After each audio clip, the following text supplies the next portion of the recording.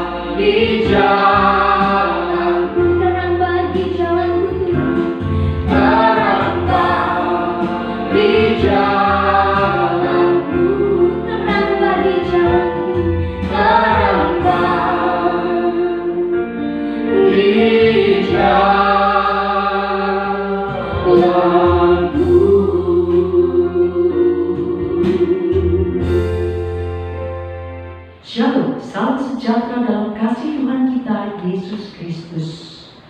Haleluya, puji Tuhan.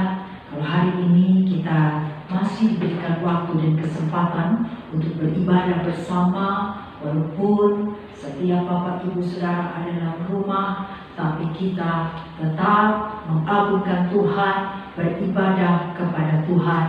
Hari Minggu 10 Mei 2020 bersama saya Pastor Hendra Rutamot, dan tema hari ini adalah sukacita menjadi saksi Kristus, yang kita akan sama-sama baca dari Kisah Rasul 5 ayat yang ke-26 sampai dengan ayat yang ke-42.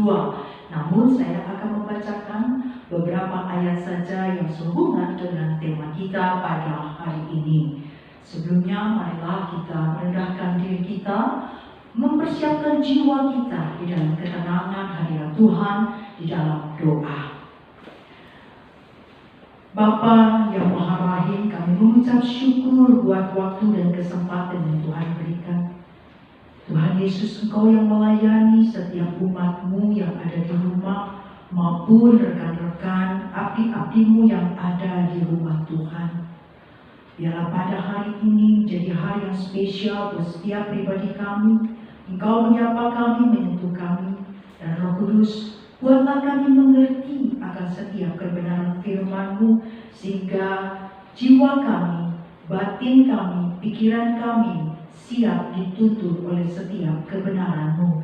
Demikian juga abdi-Mu yang menyampaikannya. Engkau urapi Tuhan, sehingga setiap kami boleh sama-sama menerima berkat yang datang dari surga. Di dalam nama Yesus kami siap menerima firman-Mu.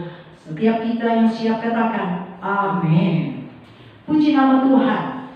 Para pemirsa dan umat Tuhan yang terkasih, kalau saya bertanya pada hari ini, kalau kita dapat undangannya spesial dari orang spesial, misalnya pejabat.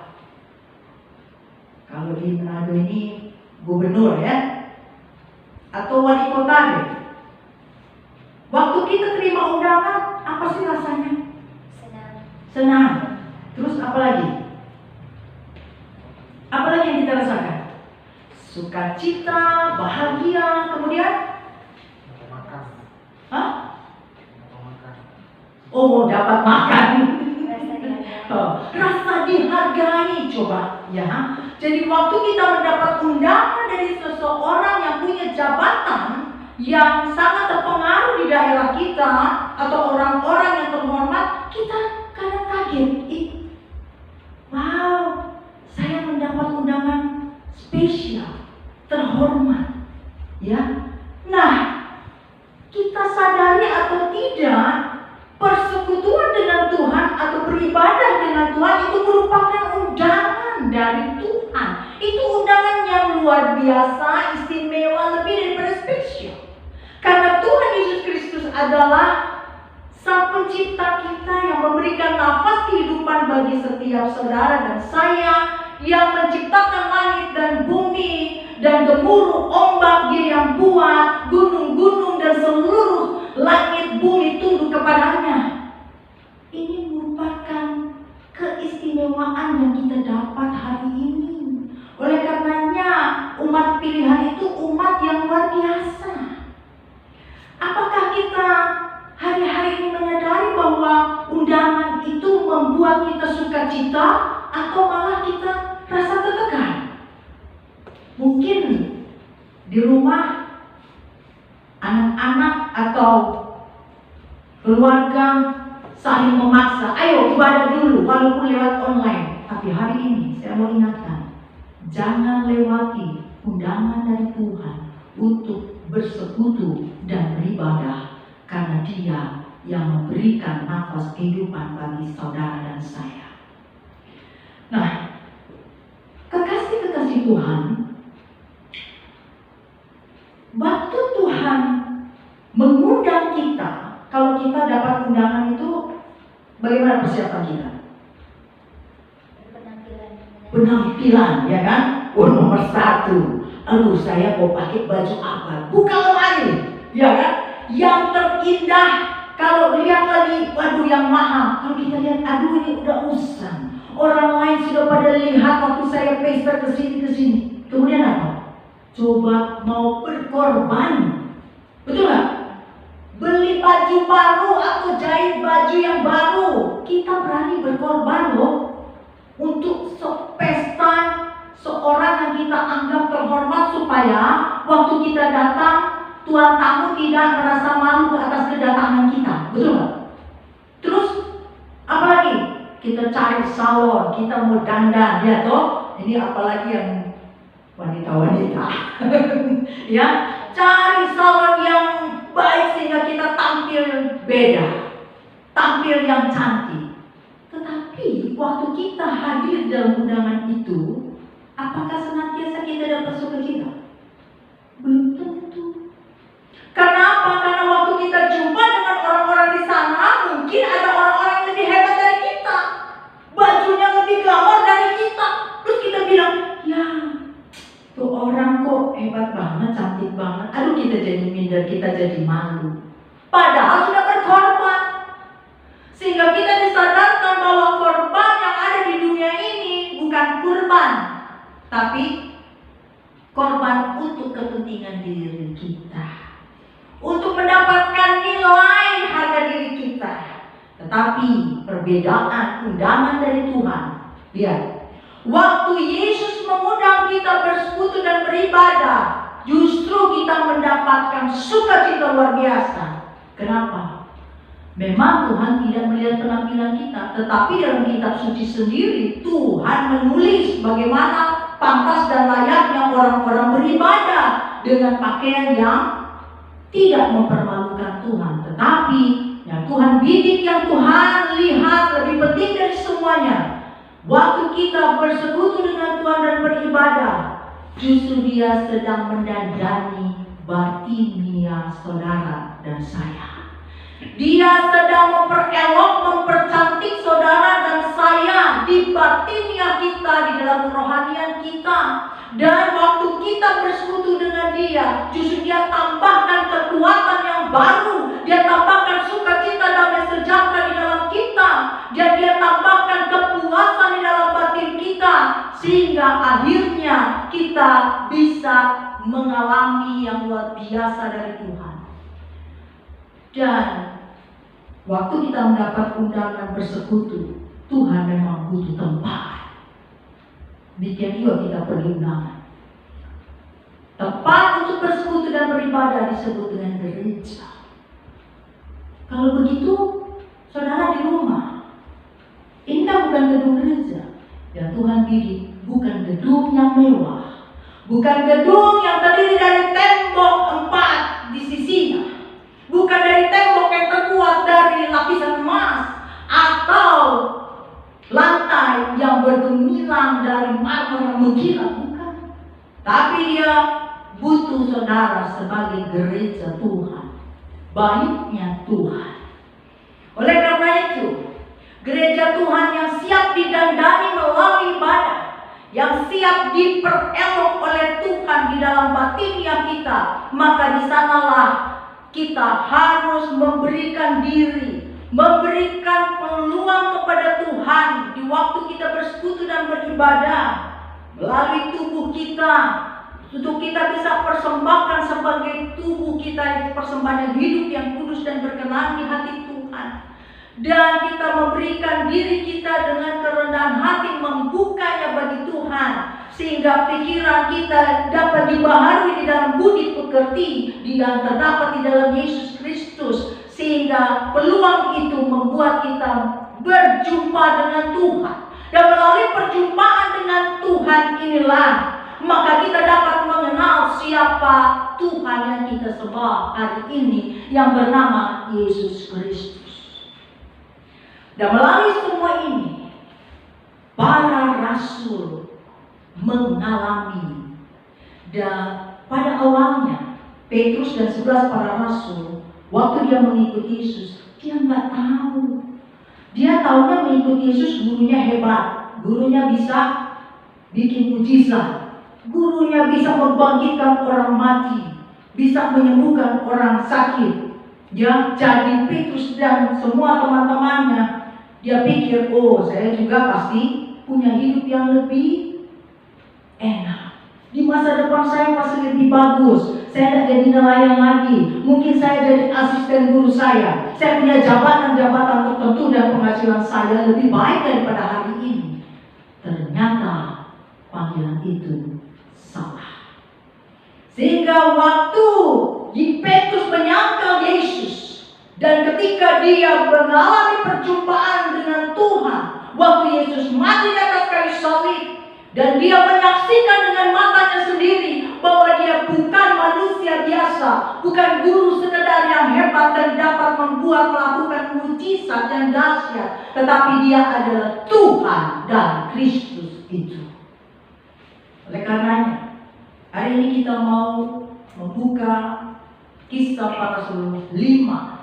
Inilah alasan mengapa para rasul dengan sukacita berani memberitakan kabar baik, yaitu menjadi saksi-saksi Kristus.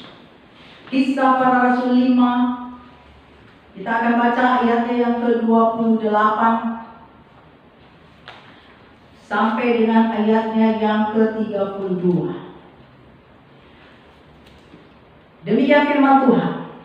Kisah Para Rasul 5 ayat 28 sampai dengan 32. Katanya, dengan keras kami melarang kamu mengajar dalam nama itu. Namun ternyata kamu telah memenuhi Yerusalem dengan ajaranmu, dan kamu hendak menanggungkan darah orang itu kepada kami. Tetapi Petrus dan rasul-rasul itu menjawab, katanya, kita harus lebih taat kepada Tuhan daripada kepada manusia. Tuhan nenek moyang kita telah membangkitkan Yesus yang kamu gantungkan pada kayu salib dan kamu bunuh. Dialah yang telah ditinggikan oleh Bapa Tuhan kita sendiri, dengan tangan kanannya menjadi pemimpin dan juru selamat, supaya Israel dapat bertobat dan menerima pengampunan dosa. Dan kami adalah saksi dari segala sesuatu itu. Kami dan Roh Kudus yang dikaruniakan Tuhan kepada semua orang yang mentaati Dia.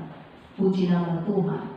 Umat Tuhan yang dikasihi, setelah kita membaca, pada awalnya orang-orang Saduki, orang Farisi, mereka melarang para rasul untuk memberitakan dan mengajar tentang siapa Yesus yang adalah Mesias itu. Mengapa? Kalau kita baca di Kisah Para Rasul 5 ayat yang ke-17, mazhab Saduki bertindak sebab mereka sangat iri hati. Kenapa mereka iri hati? Karena para rasul pengikutnya semakin banyak. Dan waktu para rasul mengajarkan, banyak orang menjadi bertobat di Yerusalem, sehingga tujuan daripada Tuhan sendiri boleh tercapai. Dan kita lihat, maka sukacita dari para rasul ini terus berkobar-kobar sehingga mereka memberitakan siapa Yesus Kristus yang disalib, mati, bangkit dari kematian, meskipun nyawa mereka seringkali menjadi taruhannya. Walaupun rasul ini sudah diperingati berkali-kali untuk tidak memberitakan Injil, tetapi mereka tetap melanjutkan pengajaran tentang Yesus Kristus Tuhan yang mereka saksikan sendiri. Dan mereka diberikan karunia oleh Tuhan, ya, yaitu dipenuhi dengan Roh Kudus sehingga mereka taat kepada Yesus Kristus. Seperti juga ayat yang ke-20, ketika para rasul ada di dalam penjara kota, malaikat datang malam hari dan malaikat itu membuka pintu-pintu penjara buat mereka. Sampai-sampai penjaga dari penjara itu gak tahu kalau mereka itu sudah keluar dari penjara. Dan apa pesan daripada malaikat itu? Dia katakan, berdirilah di bait Tuhan dan beritakanlah seluruh firman hidup itu kepada orang banyak. Dan ini yang mereka lakukan karena mereka taat mengasihi Tuhan. Mereka tahu bahwa kehidupan ini hanyalah untuk Tuhan. Sahabat dan saudara yang terkasih di dalam Tuhan Yesus Kristus, para rasul punya sukacita, semangat yang berapi-api. Saya percaya alasannya adalah karena mereka telah mengalami perjumpaan dengan Tuhan dan mereka mengenal Yesus dengan baik. Tahu dan kenal beda. Betul? Tahu dan kenal beda. Saya tahu Jeki, saya tahu Yuni, saya tahu suaminya, anaknya, tapi saya nggak kenal. Kenapa? Kalau saya kenal, saya tahu kesukaan dia apa, lalu apa yang sifat-sifat dia yang bisa dia marah, saya tahu. Makanan apa yang dia sukai, ya, bagaimana kehidupannya, saya bisa mengerti, ya. Nah, itu saya mengenal, bukan sekedar tahu karena melihat secara jasmani di luar, tetapi mengenal artinya betul-betul tahu cara kehidupan dan seluruh apa yang dikehendakinya, sehingga kalau saya mau berteman bersahabat dengannya, saya harus ikut apa yang dia suka.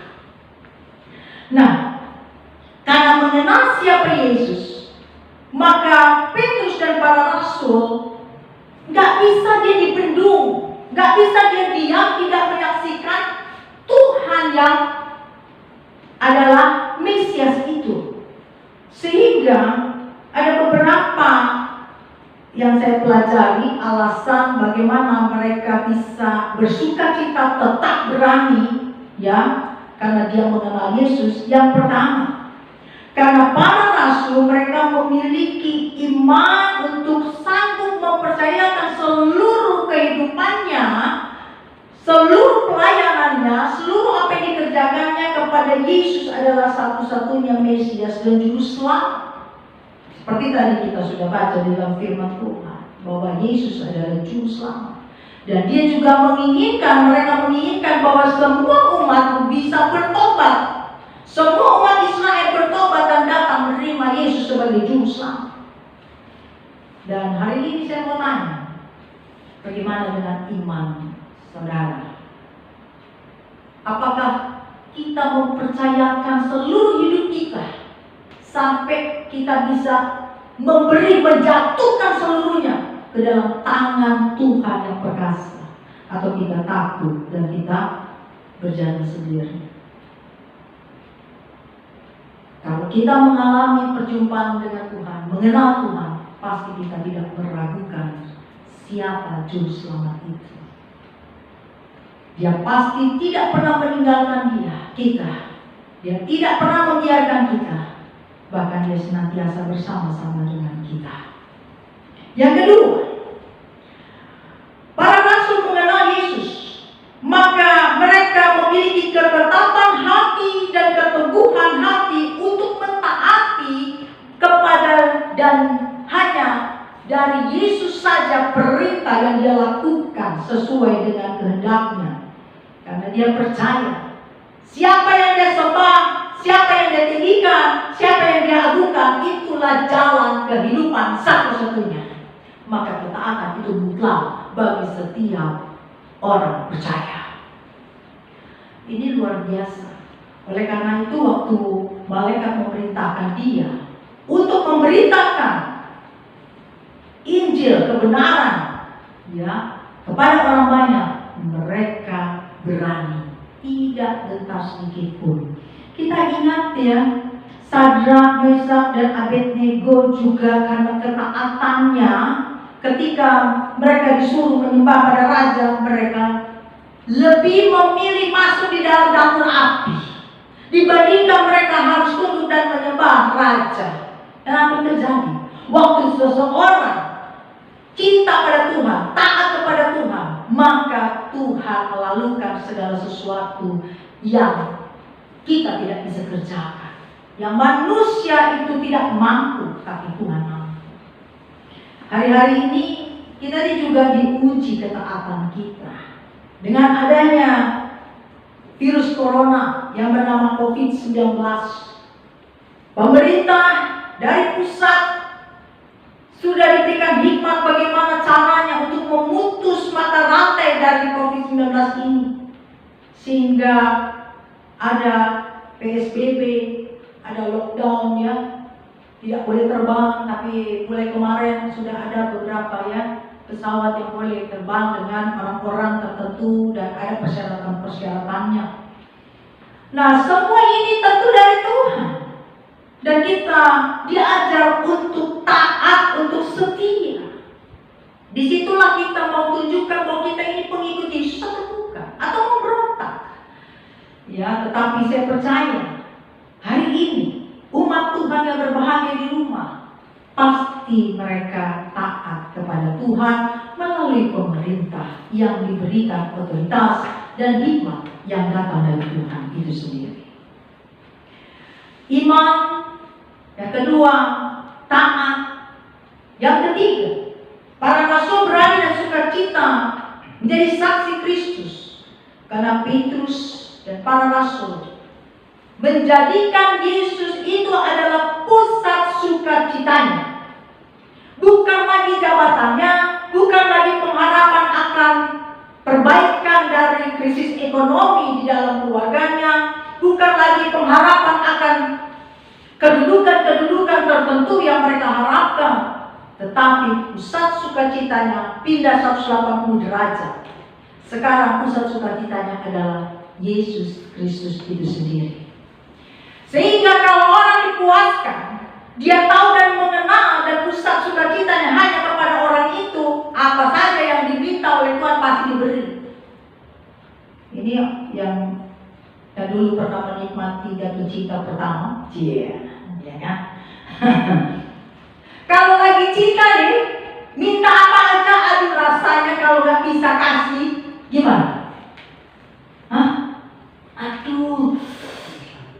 Aduh, kecewa sekali saya nggak bisa kasih. Aduh, saya mau tabung deh. Dia minta sesuatu. Hari ini saya nggak bisa, tapi bulan depan saya harus bisa belikan, gitu ya. Itu cinta. Cinta bisa mengalahkan segala sesuatu. Cinta bisa membutakan mata dan mau berkorban. Korban itu sakit, ya toh? Ya, kalau kita mau berikan daging kita, hidup kita pada orang itu berkorban, itu Yesus. Artinya apa? Walaupun bulan depan saya irit-irit cuma makan pakai kecap, yang penting pacar saya dapat yang dia minta. Waduh, itu cinta. Nah, jadi Petrus karena cintanya kepada Tuhan, pusat sukacitanya kepada Yesus Kristus, maka resiko apapun dia terima, walaupun dia disesat, walaupun dia diadili, ya, di penjara, dia tetap dengan sukacita dan berani memberitakan Injil kebenaran. Oh, Yesus adalah Mesias itu. Dan kita bisa juga belajar dari Kisah Para Rasul 2. Petrus ini luar biasa. Dari waktu dia berkhotbah, dari ayat 23, saya akan bacakan. Yesus yang diserahkan Tuhan menurut maksud dan rencananya telah kamu salibkan dan kamu bunuh oleh tangan bangsa-bangsa durhaka. Ini Petrus ya yang bicara. Tetapi Tuhan membangkitkan Yesus dengan melepaskan Yesus dari sengsara maut, karena tidak mungkin ia tetap berada dalam kuasa maut itu. Dia sampaikan ya kepada orang-orang Farisi di sana.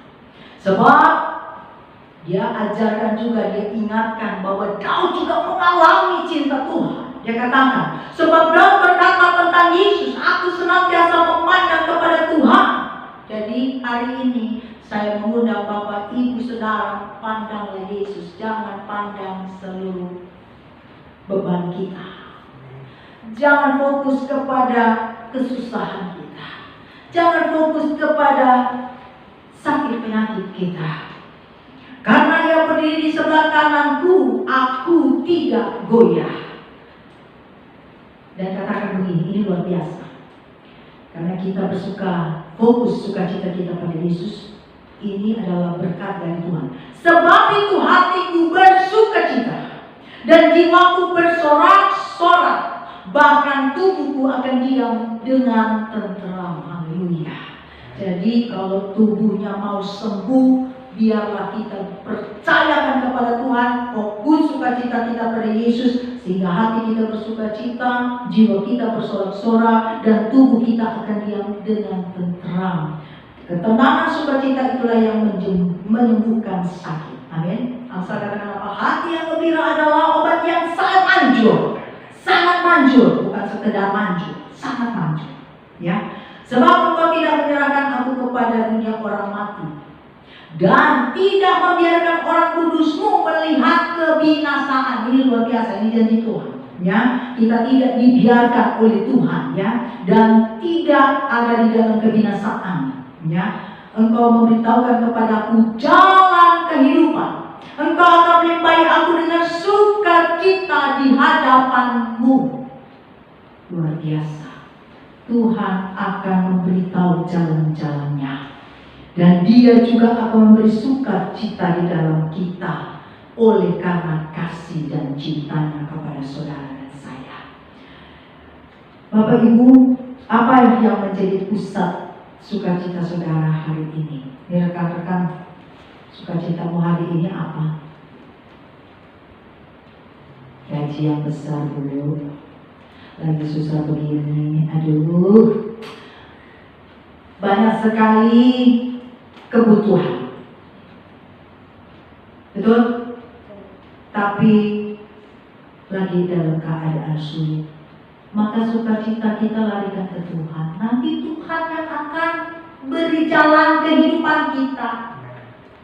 Tuhan tidak pernah tinggalkan kita, dia yang mencukupkan kita. Nggak tahu caranya, jalannya tiba-tiba ada aja.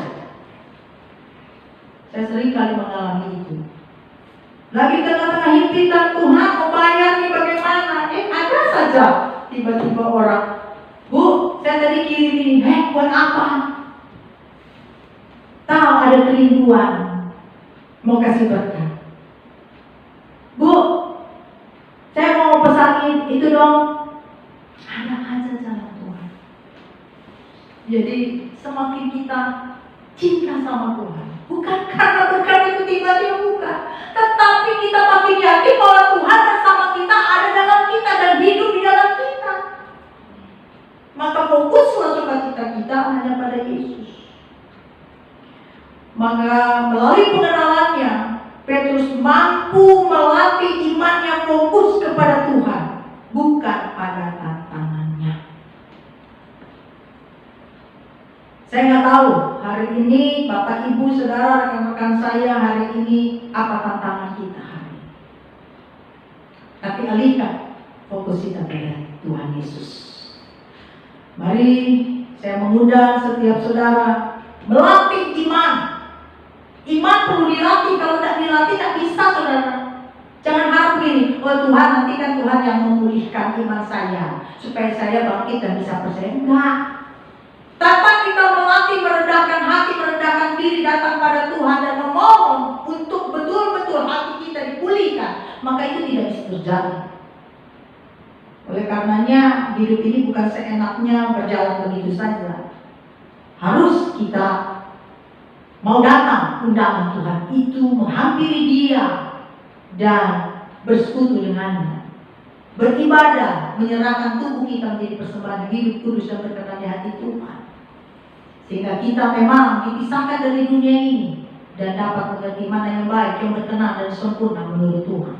Roma 12 ayat 1 dan 2. Jadikan sukacita kita adalah Tuhan Yesus, sehingga setiap kita mampu hidup percaya, bukan karena melihat bukti. Percaya bukan karena melihat bukti, tapi percaya bahwa Tuhan saya yang memberikan masa kehidupan. Masakah Dia membinasakan kita? Tidak.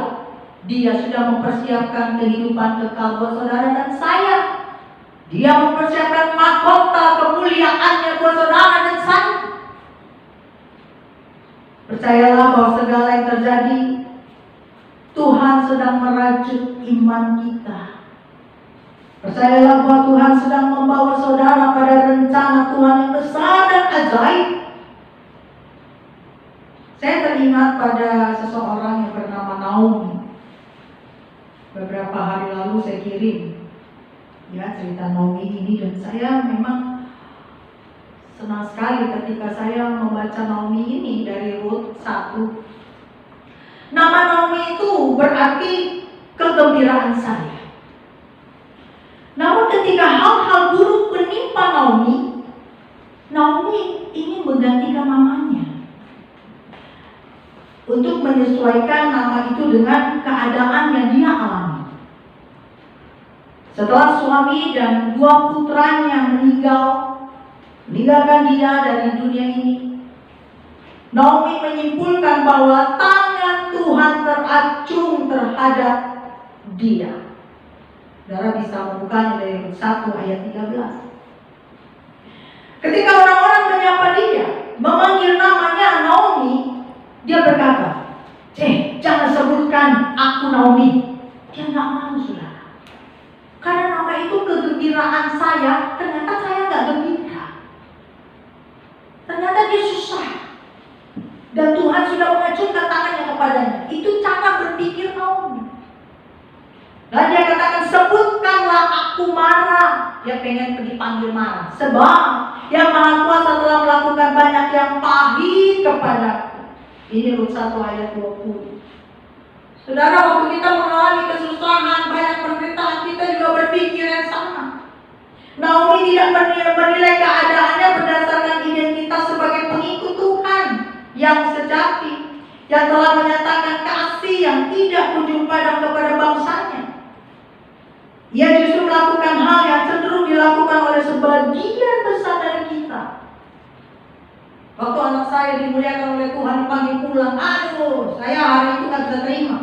Kayaknya nyawa saya juga separuh itu pulang. Nah itu tidak mudah melupakan. Walaupun kita tahu satu hari saya berjumpa dengan dia lagi, tapi rupanya ditinggalkan secara daging ini, tidak bisa melihat lagi, ini tidak mudah. Dan saya berpikir bahwa Tuhan tidak di pihak saya. Ini manusiawi. Tetapi rupanya Tuhan punya rencana yang luar biasa di balik semua itu. Tuhan sedang merajut iman kita.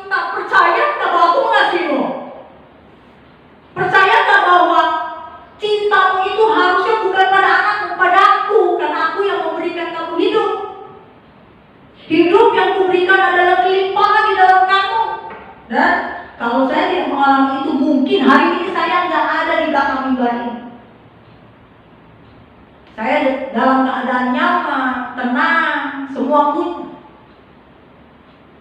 Saya pikir harta bisa menyenangkan, tidak. Ketika anak diambil, sangat lebih susah sekali.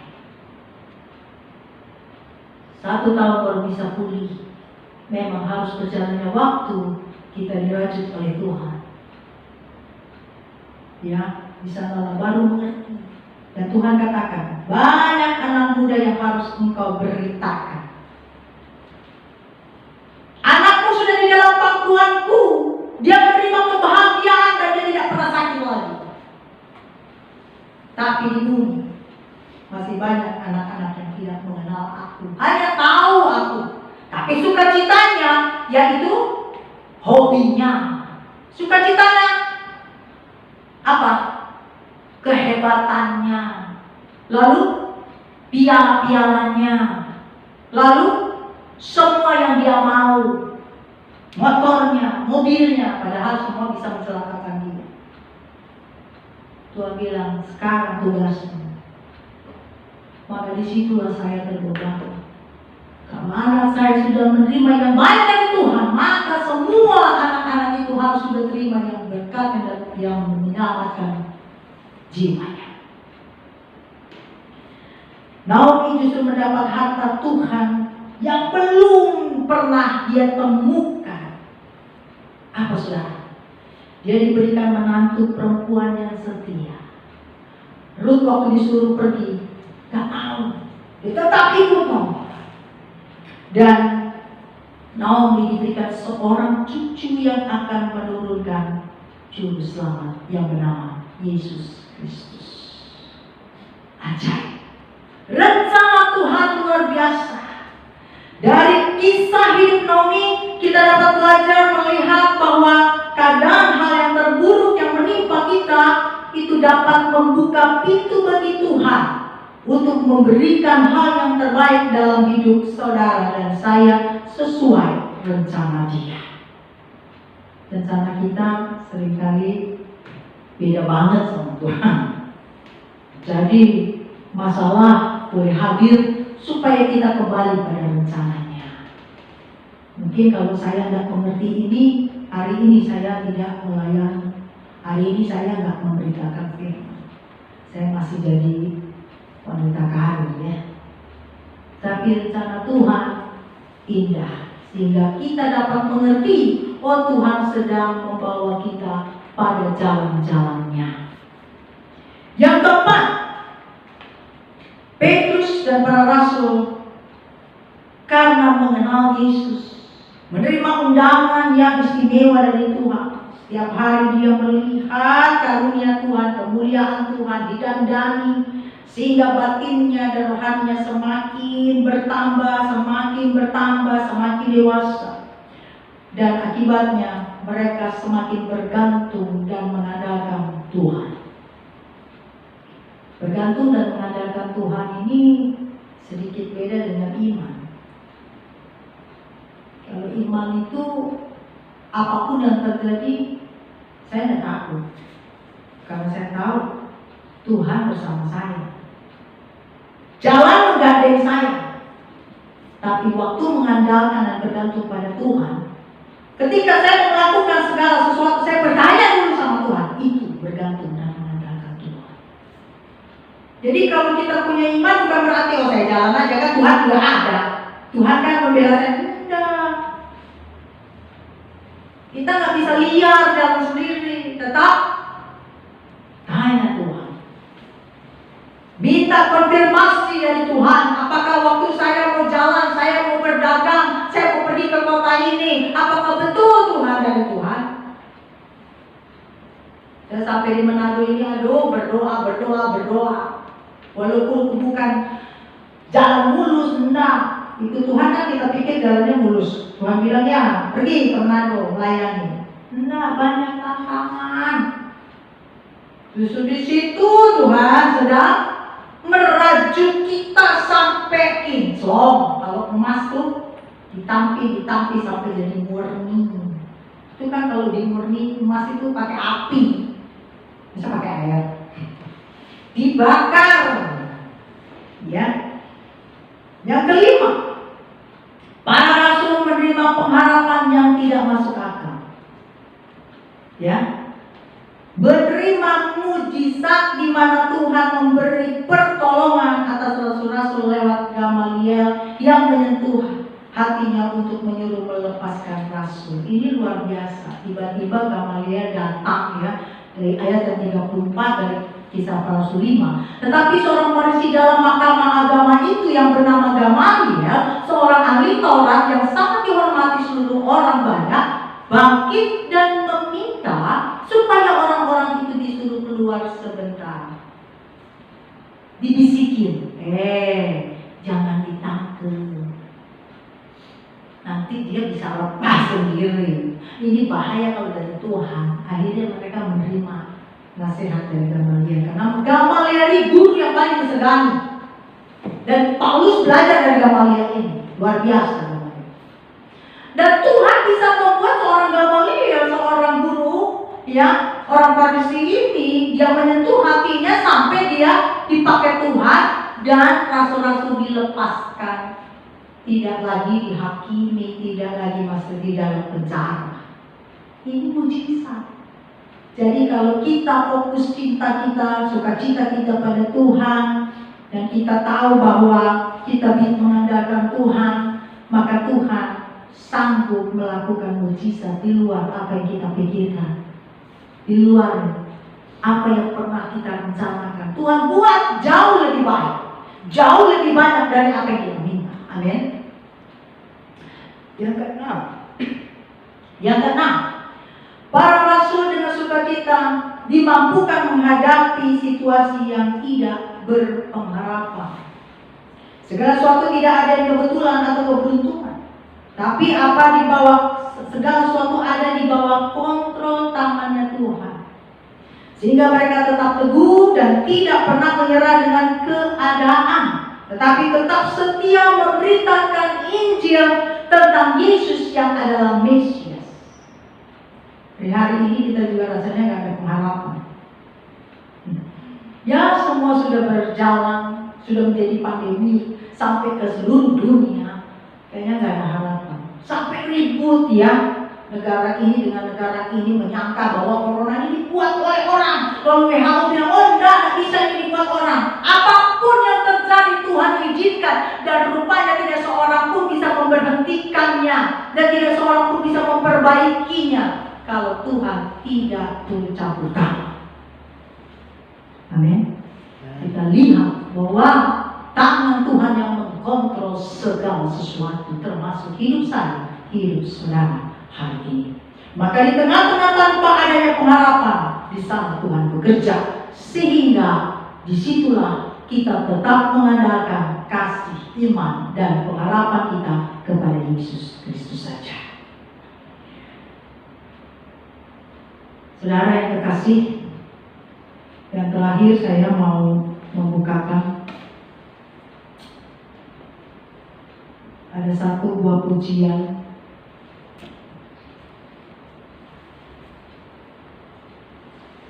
bahwa percayalah Tuhan selalu ada. Dia tidak pernah meninggalkan saudara dan saya. Sebelum saya menyelesaikan paparan kebenaran firman Tuhan, saya akan mengangkat pujian ini. Tuhan selalu ada dalam bahasa Manado.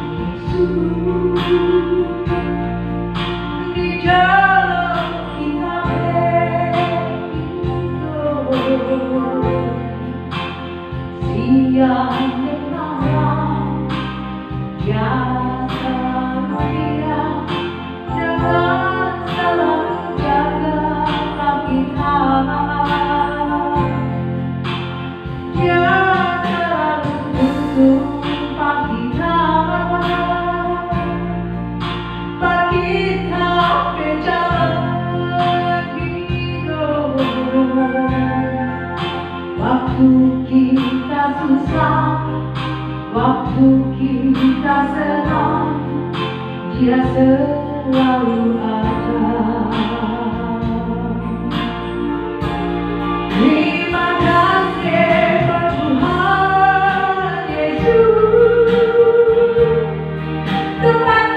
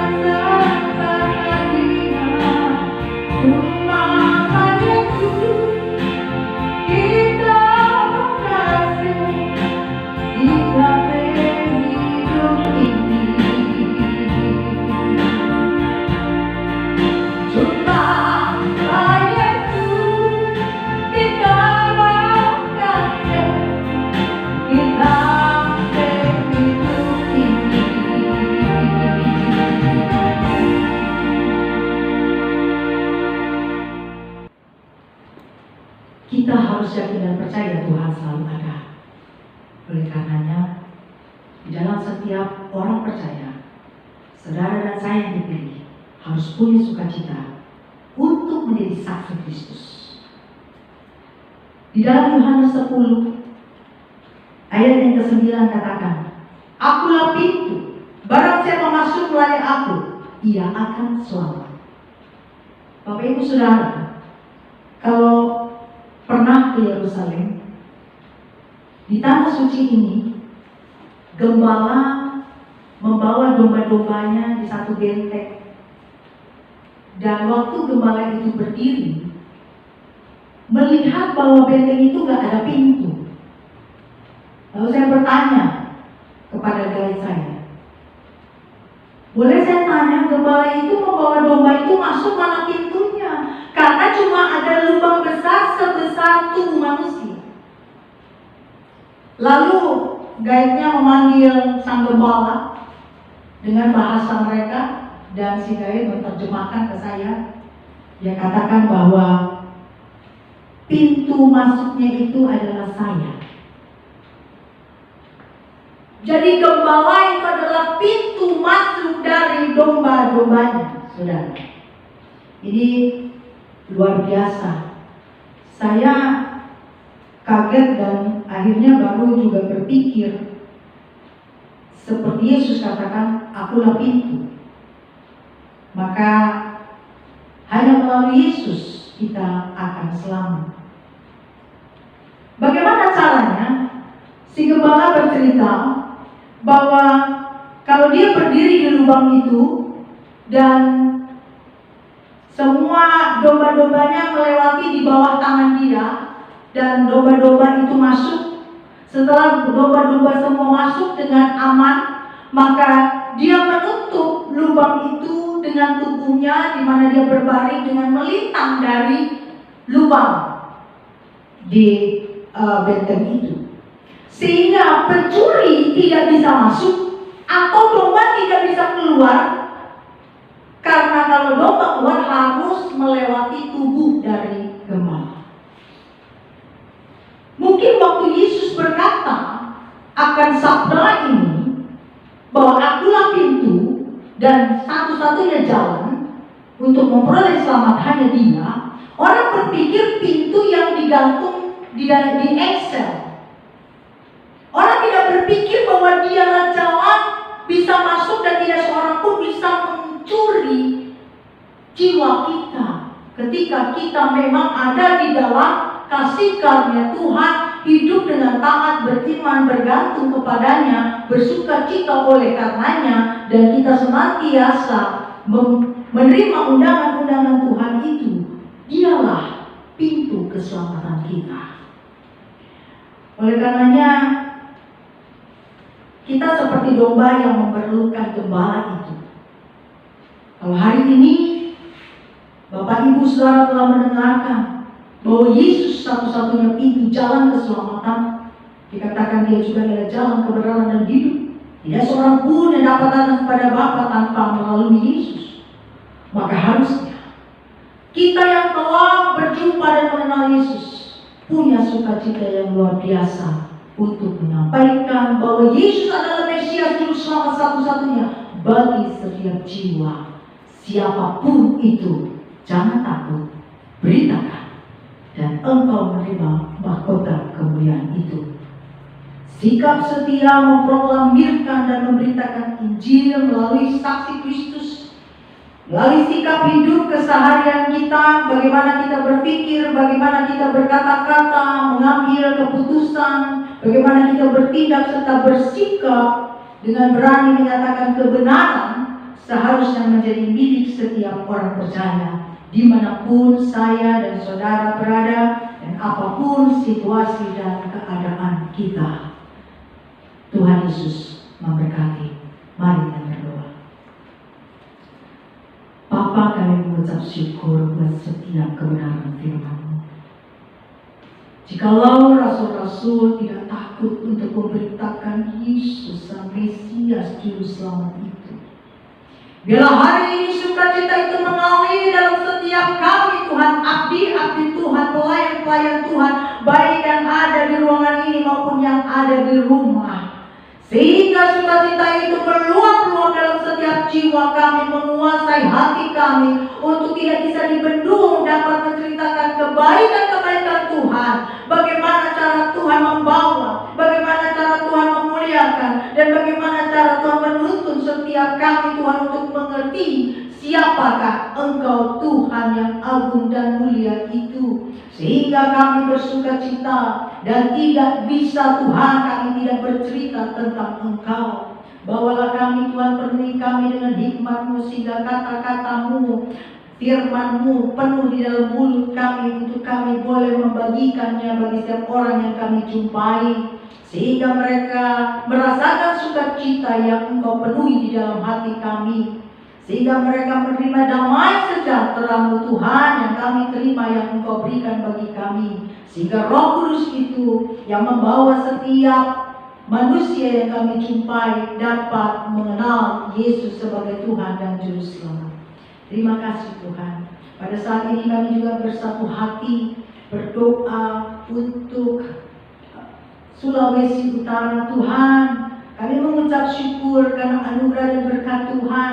Engkau tutup bungkus kota ini dengan darah-Mu Yesus Kristus. Engkau naungi dengan kemuliaan dan sinar-Mu Tuhan, sehingga tidak ada satupun Tuhan COVID dapat menembus, dan tidak ada satupun yang sakit lagi Tuhan.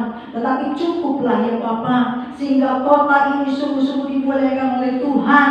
Orang di luar daripada kota ini dapat melihat bahwa kami yang menyembah, memuji, memuliakan nama-Mu sungguh-sungguh ada bersama Engkau, dinaungi oleh Engkau, dan tidak dibinasakan, tetapi mendapatkan kasih karunia dan kemuliaan. Sehingga orang di kota-kota lain Tuhan juga melihat bagaimana kekuatan dan kuasa-Mu bekerja kepada kota Sulawesi Utara ini. Terima kasih Tuhan untuk Bapak Gubernur, Kau berikan hikmat dan seluruh pemerintah-pemerintah yang ada untuk mereka Tuhan bertanggung jawab, dan juga mereka Tuhan dapat menggunakan uang yang ada Tuhan untuk COVID-19 ini dengan rasa takut dan gentar kepada Tuhan, dengan rasa tanggung jawab, sehingga semua boleh dikelola dengan benar baik di hadapan Tuhan dan manusia. Demikian juga pemerintah pusat Tuhan, Presiden Jokowi dengan seluruh pemerintahannya, Tuhan berikan kesehatan, kekuatan, hikmat yang datang daripada-Mu, sehingga satu demi satu Tuhan Engkau memakai mereka untuk bangsa Indonesia boleh dimenangkan oleh Kristus Yesus. Melalui semua ini rencana Tuhan tergenapi dan banyak orang bertobat di dalam nama Tuhan Yesus. Abdi-Mu khusus berdoa untuk umat-Mu Tuhan yang saat ini telah beribadah bersama kami. Tuhan berkati, Tuhan berikan kesehatan, Tuhan berikan kekuatan, Tuhan pulihkan, dan apapun masalahnya biar mereka fokus dan sukacita mereka hanya pada Yesus. Dan kami percaya tangan Tuhan melakukan yang luar biasa, mukjizat terjadi karena belas kasihan Tuhan. Terima kasih ya Bapa. Jikalau ada di dalam pergumulan, Tuhan tolong agar mereka Tuhan iman tetap kuat di dalam Tuhan, memiliki pengharapan iman dan kasih di dalam Engkau Yesus Kristus. Kami serahkan Tuhan seluruh perjalanan hidup kami masing-masing ke dalam tangan Tuhan. Kami percaya hari depan kami adalah hari depan yang hilang gemilang yang Tuhan janjikan, dan Engkaulah Tuhan menjadi satu-satunya kekuatan harta kami. Di dalam nama Tuhan Yesus kami berdoa dan kami mengucap syukur. Haleluya. Amin. Dan saatnya kita menerima berkat yang datang dari Tuhan. Saya undang setiap Bapak Ibu Saudara bangkit berdiri. Arahkan hatimu dan bukalah. Rendahkan hatimu dan terimalah berkat dari Tuhan. Tuhan memberkati engkau dan melindungi engkau. Tuhan menyinari engkau dengan wajah-Nya dan memberikan engkau kasih karunia. Tuhan menghadapkan wajah-Nya kepadamu dan memberikan engkau damai sejahtera dari hari ini sampai Yesus datang kali yang kedua menjemput setiap kita di awan-awan yang bermain. Haleluya. Amin. Terpujilah nama Tuhan. Ibadah kita telah selesai pada hari ini. Dan saya percaya teruslah kita bersukacita di dalam Tuhan. Jadilah saksi Kristus di tengah-tengah masalah ini. Janganlah engkau gentar dan malu menyatakan siapa Tuhanmu. Sehingga rencana Tuhan tergenapi dan banyak orang datang kepada Tuhan, memanggil Dia sebagai Tuhan dan Juru Selamatnya. Di dalam nama Yesus, terima kasih. Shalom, salam kasih dan Tuhan memberkati.